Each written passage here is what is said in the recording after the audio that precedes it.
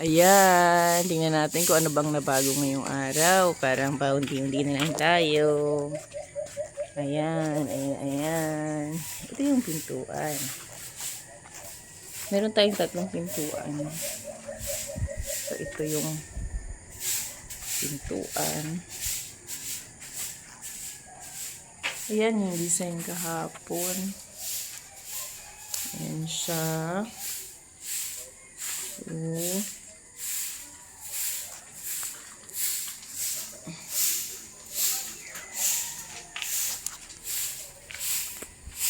So, ngayon ay magta-tiles na sila.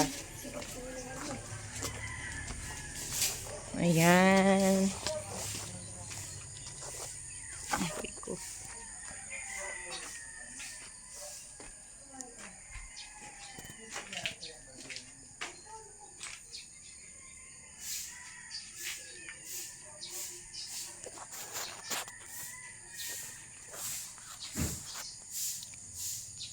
So, ayan.